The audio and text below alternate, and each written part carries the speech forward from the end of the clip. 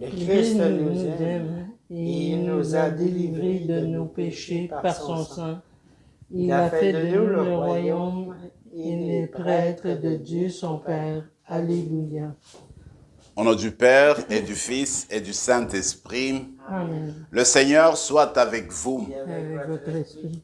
Mes amis, c'est vendredi aujourd'hui et cette journée nous conduit à la fin du temps pascal parce qu'en fait, l'apothéose sera le dimanche et on va célébrer la Pentecôte.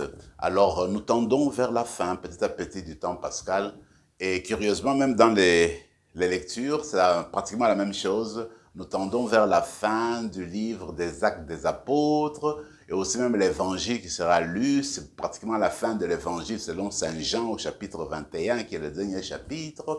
Et puis le mois de mai, c'est pas tout à fait la fin. La fin, ça sera, disons, la semaine prochaine, le mois de mai qui est le mois de Marie. En tout cas, nous allons ramasser tout cela dans notre prière d'aujourd'hui.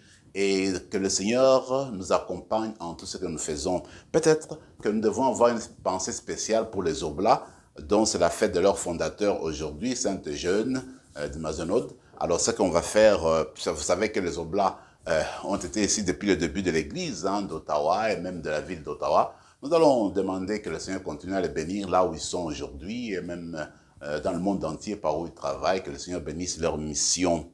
Alors très humblement, tournons-nous vers le Seigneur en reconnaissant nos faiblesses, en reconnaissant que nous ne sommes pas toujours fidèles à sa parole et en lui faisant confiance, demandons-lui pardon.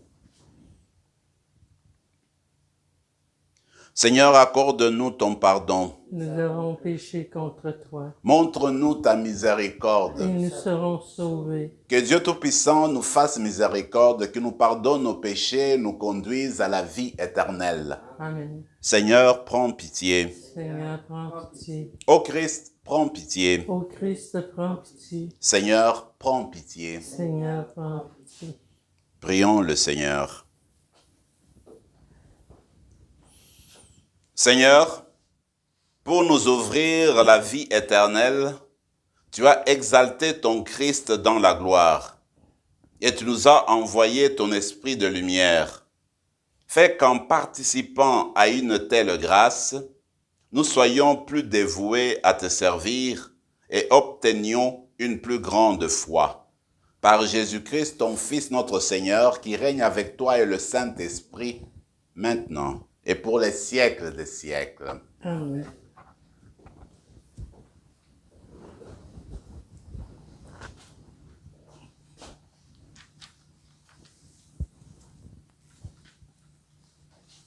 Lecture du livre des Actes des Apôtres. En ces jours-là, le roi Agrippa et Bérénice vinrent à Césarée saluer le gouverneur Festus. Comme ils passaient là plusieurs jours, Festus exposa au roi la situation de Paul en disant « Il y a ici un homme que mon prédécesseur Félix a laissé en prison. Quand je me suis trouvé à Jérusalem, les grands prêtres et les anciens des Juifs ont exposé leurs griefs contre lui en réclamant sa condamnation. J'ai répondu que les Romains n'ont pas coutume de faire la faveur de livrer qui que ce soit lorsqu'il est accusé, avant qu'il soit confronté avec ses accusateurs et puisse se défendre du chef d'accusation. Ils se sont donc retrouvés ici, et sans aucun délai, le lendemain même, j'ai siégé au tribunal et j'ai donné l'ordre d'amener cet homme. Tant qu'ils se levèrent, les accusateurs n'ont mis à sa charge aucun des méfaits que, pour ma part, j'aurais supposé. Ils avaient seulement avec lui certains débats au sujet de leur propre religion et au sujet d'un certain Jésus qui est mort, mais que Paul affirmait être en vie.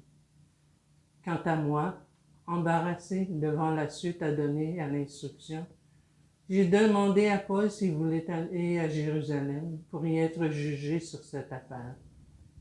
Mais Paul a fait appel pour être gardé en prison jusqu'à la décision impériale. J'ai donc ordonné de le garder en prison jusqu'au renvoi de sa cause devant l'empereur. Parole du Seigneur. Nous rendons grâce à Dieu. Le Seigneur a son trône dans les cieux. Le Seigneur a son trône dans les cieux. Bénis le Seigneur, ô mon âme, bénis son nom très saint, tout mon être. Bénis le Seigneur, ô mon âme, n'oublie aucun de ses bienfaits. Le Seigneur a son trône dans les cieux. Comme le ciel domine la terre, fort est son amour pour qui le craint. Aussi loin qu'est l'Orient de l'Occident, il met loin de nous nos péchés. Le Seigneur a son trône dans les cieux. Le Seigneur a son trône dans les cieux, sa royauté s'étend sur l'univers. Messager du Seigneur, bénissez-le, invincible porteur de ses ordres. Le Seigneur a son trône dans les cieux.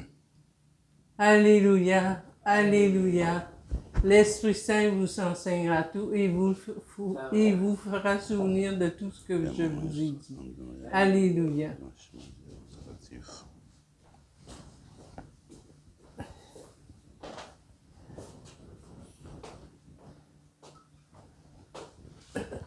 Le Seigneur soit avec vous. Et votre esprit. Évangile de Jésus-Christ selon saint Jean. Gloire à toi, Seigneur. Jésus se manifesta encore aux disciples sur le bord de la mer de Tibériade.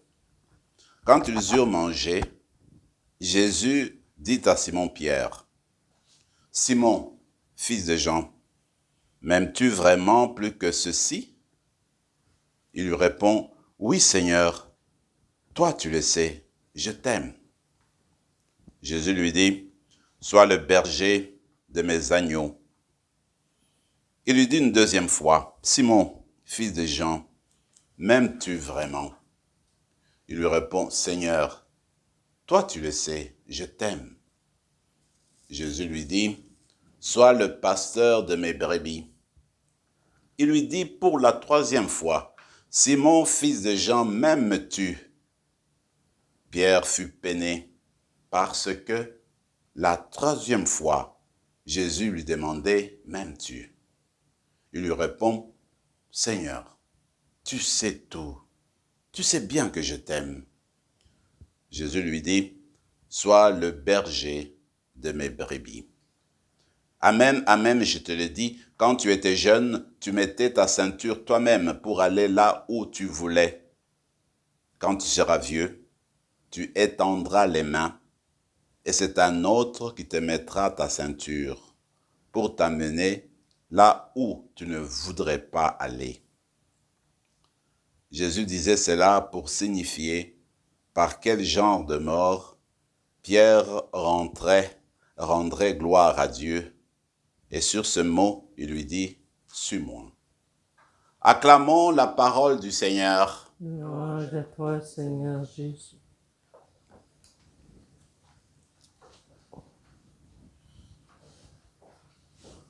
Alors, Paul est emprisonné à Jérusalem.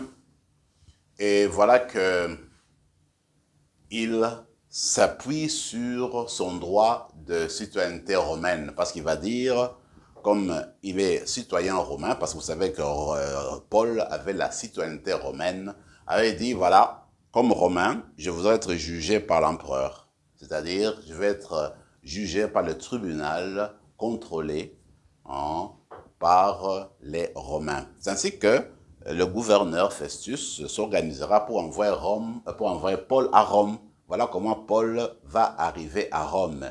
Et dans le livre des Actes des Apôtres, nous savons qu'il va rester 2 ans comme ça, sous la tutelle, disons, de l'Empire romain, mais il aura à louer un petit appartement à Rome, il recevra des gens, et puis continuant à évangéliser à Rome, et on sait que 2 ans après, il connaîtra la mort. Mais toujours est-il que Rome avait une manière, une coutume qui est déjà admirable à ce moment-là et qui continue encore aujourd'hui. On ne pouvait pas accuser quelqu'un sans l'entendre, sans le mettre en opposition avec ses adversaires.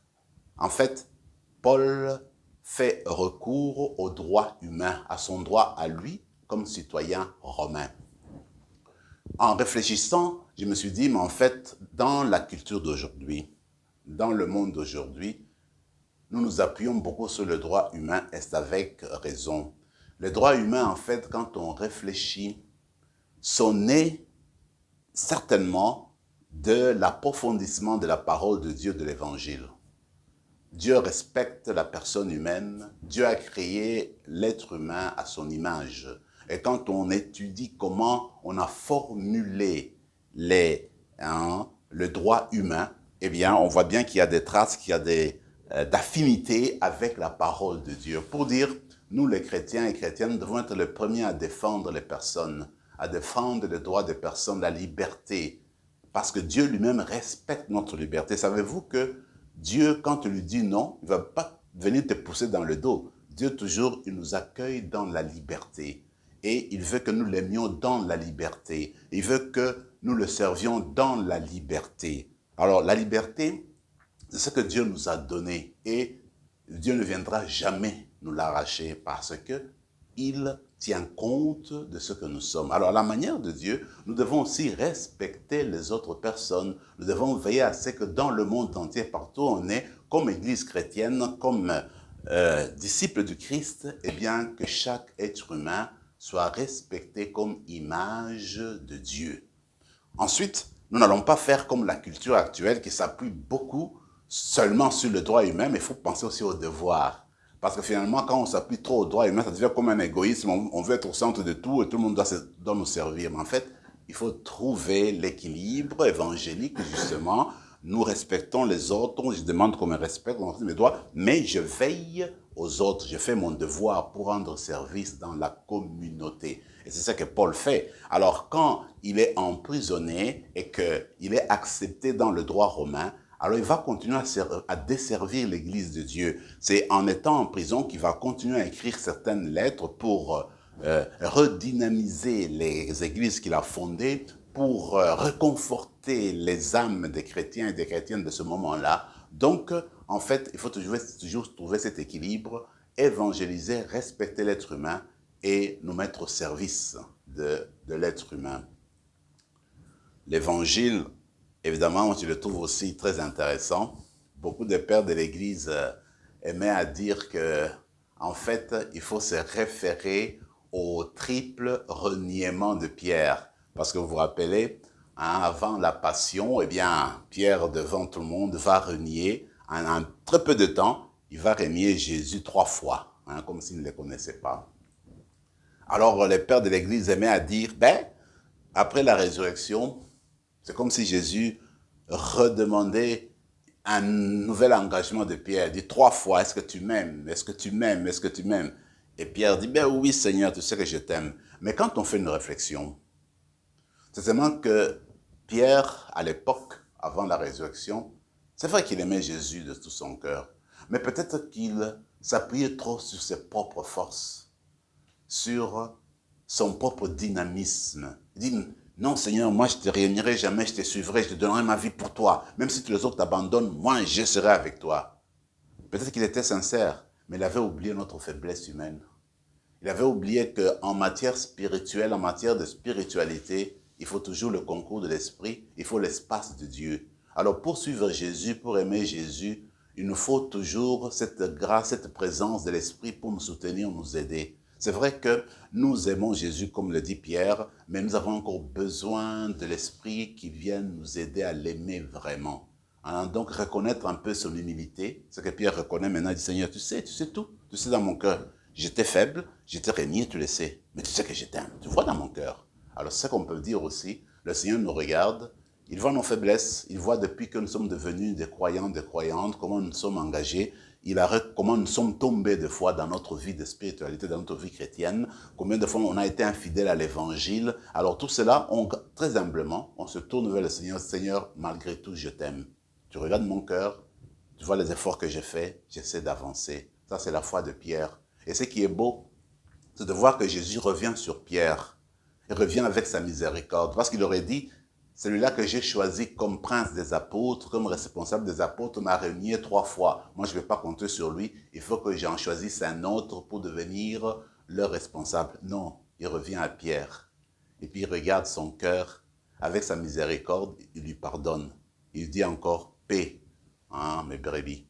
Il dit encore, paix, mes agneaux. Alors comme pour dire, occupe-toi de mon église, occupe-toi de tes frères, de tes sœurs, viens réconforter leur foi, sois responsable, sois avec eux. Et Pierre, avec cette expérience spirituelle, il a compris déjà que seul, il ne va pas réussir. Il faudrait qu'il compte sur le Seigneur. Il faut qu'il compte sur l'Esprit. Alors vous et moi, c'est pratiquement la même chose dans notre vie spirituelle, dans notre engagement, dans notre vie de témoignage.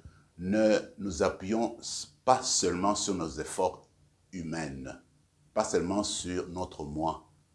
Comptons sur notre moi en demandant la grâce de Dieu, en demandant les lumières du Seigneur pour aller toujours de l'avant. Ça, c'est la grâce qu'il faudrait qu'on demande.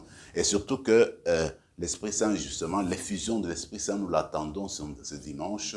Et sans Esprit Saint, comme dit Paul le dit si bien, personne ne peut dire que Jésus-Christ est Seigneur. Alors on a besoin de cet Esprit pour que notre parole soit la parole de Dieu, pour que notre foi s'exprime comme Dieu le voudrait, pour que nous soyons dociles à la volonté de Dieu. Nous avons besoin du concours de Dieu. Alors à la manière de Pierre, nous allons dire à Jésus, Seigneur, je t'aime. Tu sais que je t'aime, viens au secours. Les apôtres avaient dit, viens au secours de ma foi. Nous allons dire, viens au secours de notre amour pour toi. Que cet amour reste toujours fidèle. Que l'Eucharistie que nous célébrons aujourd'hui vienne nourrir encore une fois notre foi, notre amour pour Dieu, mais notre amour pour les uns et les autres. Amen.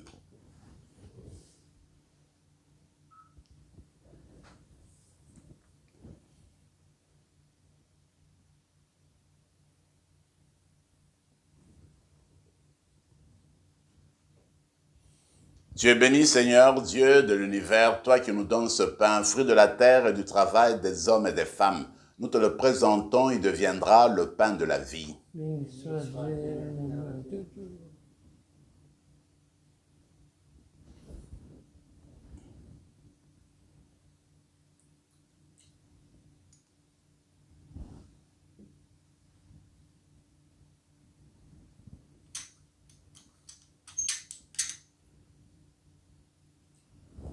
Comme cette eau se mêle au vin pour le sacrement de l'Alliance, puissions-nous être réunis à la divinité de celui qui a pris notre humanité.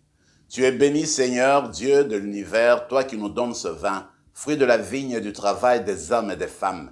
Nous te le présentons, il deviendra le vin du royaume éternel. Béni soit Dieu, toujours. Humbles et pauvres, nous te supplions, Seigneur, accueille-nous. Que notre sacrifice en ce jour trouve grâce devant toi. Lave-nous de nos fautes, Seigneur. Purifie-nous de nos péchés. Prions ensemble, mes frères et mes sœurs, au moment d'offrir le sacrifice de toute l'Église. Pour la gloire de Dieu et le salut du monde. Regarde avec bonté, Seigneur, le sacrifice offert par ton peuple. Et pour que tu puisses l'accueillir, envoie-nous l'Esprit Saint qui purifiera nos cœurs. Par Jésus le Christ, notre Seigneur. Amen. Le Seigneur soit avec vous. Et avec votre esprit, Élevons notre cœur. le tournons vers le Seigneur. Rendons grâce au Seigneur notre Dieu. Cela est juste et bon. Vraiment, il est juste et bon de te rendre gloire, de t'offrir notre action de grâce toujours et en tout lieu. À toi, Père très saint, Dieu éternel et tout-puissant par le Christ notre Seigneur, car il s'est manifesté après sa résurrection en apparaissant à tous ses disciples et, devant leurs yeux, il est monté au ciel pour nous rendre participants de sa dignité, de sa divinité. C'est pourquoi le peuple des baptisés, rayonnant de la joie pascale, exulte par toute la terre, tandis que les anges dans le ciel chantent sans fin l'hymne de ta gloire. Saint, Saint, Saint, le Seigneur Dieu de l'univers. Le ciel et la terre sont remplis de ta gloire. Hosanna au plus haut des cieux. Béni soit celui qui vient au nom du Seigneur. Hosanna au plus haut des cieux. Tu es vraiment saint, Dieu de l'univers, et toute la création proclame ta louange, car c'est toi qui donnes la vie. C'est toi qui sanctifies toutes choses par ton Fils Jésus-Christ notre Seigneur, avec la puissance de l'Esprit Saint. Et tu ne cesses de rassembler ton peuple afin qu'il te présente partout dans le monde une offrande pure. C'est pourquoi nous te supplions de consacrer toi-même les offrandes que nous apportons. Sanctifie-les par ton esprit, pour qu'elles deviennent le corps et le sang de ton Fils Jésus-Christ notre Seigneur, qui nous a dit de célébrer ce mystère. La nuit même où il fut livré, il prit le pain. En te rendant grâce, il le bénit, il le rompit, et le donna à ses disciples en disant, « Prenez et mangez-en tous, ceci est mon corps livré pour vous. »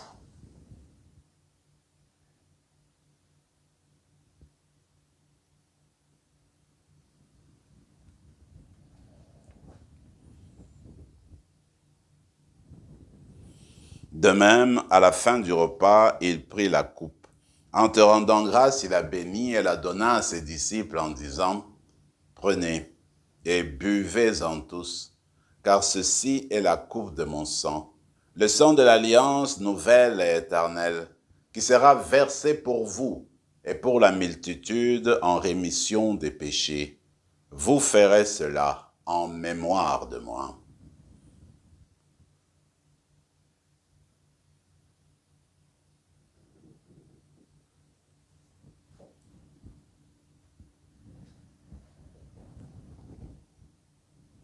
Quand nous mangeons ce pain et buvons à cette coupe, nous célébrons le mystère de la foi. Nous rappelons ta mort, Seigneur, ressuscité, et nous attendons que tu viennes.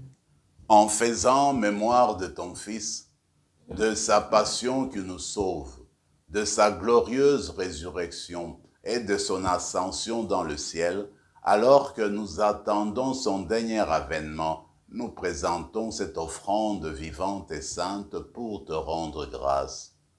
Regarde, Seigneur, le sacrifice de ton Église et daigne y reconnaître celui de ton Fils qui nous a rétablis dans ton alliance. Quand nous serons nourris de son corps et de son sang et remplis de l'Esprit Saint, accorde-nous d'être un seul corps et un seul esprit dans le Christ. Que l'Esprit Saint fasse de nous une éternelle offrande à ta gloire, pour que nous obtenions un jour les biens du monde à venir, auprès de la Vierge Marie, la bienheureuse Mère de Dieu, avec Saint Joseph son époux, avec les apôtres, les martyrs, Saint Rémy et tous les saints qui ne cessent d'intercéder pour nous. Et maintenant, nous te supplions, Seigneur, par le sacrifice qui nous réconcilie avec toi, étends au monde entier le salut et la paix. Affermis la foi et la charité de ton Église au long de son chemin sur la terre. Veille sur ton serviteur, le pape François, notre évêque Marcel, l'ensemble des évêques, les prêtres, les diacres, et tout le peuple des rachetés. Écoute les prières de ta famille assemblée devant toi, et ramène à toi, Père très aimant, tous tes enfants dispersés. Pour nos sœurs et frères de faim, pour les hommes et pour les femmes qui ont quitté ce monde dont tu connais la droiture, nous te prions. Reçois-les dans ta lumière, reçois-les dans ton royaume, où nous espérons être comblés de ta gloire, tous ensemble et pour l'éternité, par le Christ notre Seigneur, par qui tu donnes au monde toute grâce et tout bien.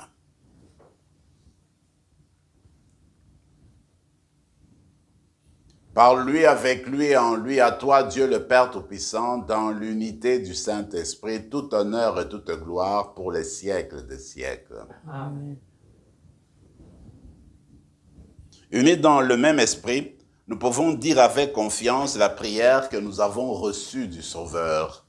Notre Père qui es aux cieux, que ton nom soit sanctifié, que ton règne vienne, que ta volonté soit faite sur la terre comme au ciel. Donne-nous aujourd'hui notre pain de ce jour. Pardonne nos offenses comme nous pardonnons aussi à ceux qui nous ont offensés. Et ne nous laisse pas entrer en tentation, mais délivre-nous du mal. Délivre-nous de tout mal, Seigneur, et donne la paix à notre temps.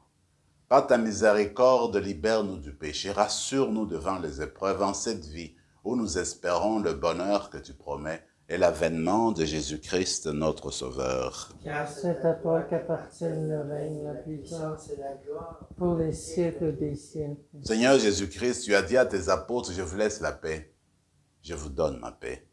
Ne regarde pas nos péchés, mais la foi de ton Église, pour que ta volonté s'accomplisse, donne-lui toujours cette paix et conduis-la vers l'unité parfaite, toi qui règnes pour les siècles des siècles. Amen.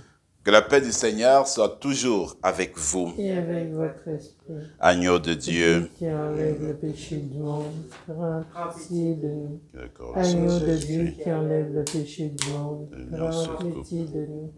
Agneau de Dieu qui Nourrissons-nous enlève le péché la du vie monde, éternelle. donne-nous la paix. Seigneur Jésus-Christ, que cette communion à ton corps et à ton sang n'entraîne pour nous ni jugement, ni condamnation, mais qu'elle soutienne notre esprit et notre corps et nous donne la guérison.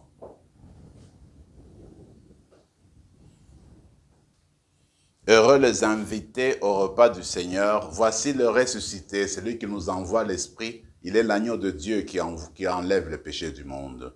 Seigneur, je ne suis pas digne de te recevoir, mais dis seulement une parole et je serai guéri. Que le corps et le sang du Christ nous gardent pour la vie éternelle.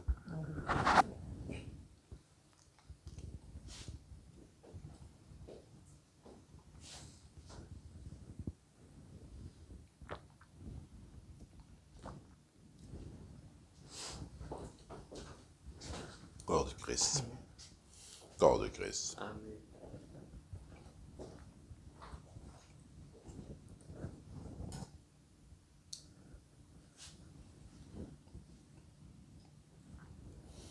Maintenant que nous avons reçu le Seigneur, prenons quelques instants de silence et demandons au même Seigneur que nous avons reçu en nous spirituellement, qu'il vienne raffermir notre amour pour lui et que cet amour nous conduise à nous aimer les uns les autres.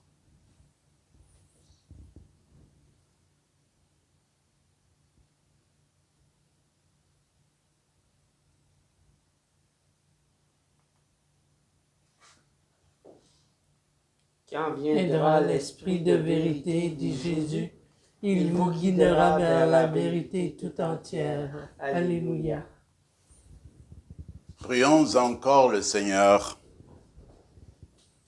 Dieu qui nous purifie et soutient nos forces dans le sacrement de l'Eucharistie, fais-nous trouver la vie éternelle à cette table où tu nous invites, par Jésus le Christ, notre Seigneur. Amen. Le Seigneur soit avec vous Et avec votre esprit. et que Dieu Tout-Puissant vous bénisse, le Père, le Fils et le Saint-Esprit. Amen. Allez dans la paix du Christ. Rendons grâce à Dieu.